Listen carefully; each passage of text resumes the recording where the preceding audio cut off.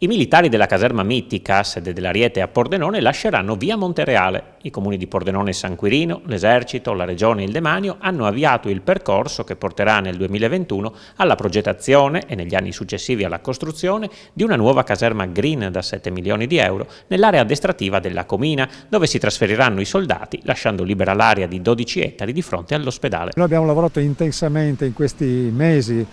col Ministero, con il Demanio, perché ci interessava moltissimo l'obiettivo di avere libera quella che è l'attuale area dell'area mitica, e siamo tra le poche città che sono tra l'altro state selezionate proprio dalla difesa per realizzare questo tipo di progetti. Noi all'interno di quell'area vogliamo realizzare, ci vorranno anni ovviamente per i tempi della pubblica amministrazione, soprattutto con un rapporto poi con lo Stato, ma vogliamo realizzare un grande polmone verde e pensare insieme alla comunità che lì vive e insieme ovviamente agli esperti dei servizi che possono essere utili all'intera città non per i prossimi 10 anni ma per i prossimi 100 anni.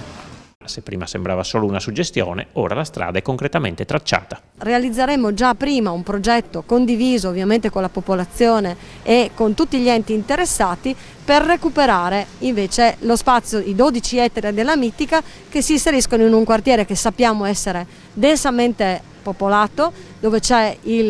l'ospedale cittadino e dove c'è un grande caos urbanistico, per cui c'è bisogno veramente di rivedere in maniera importante quest'area.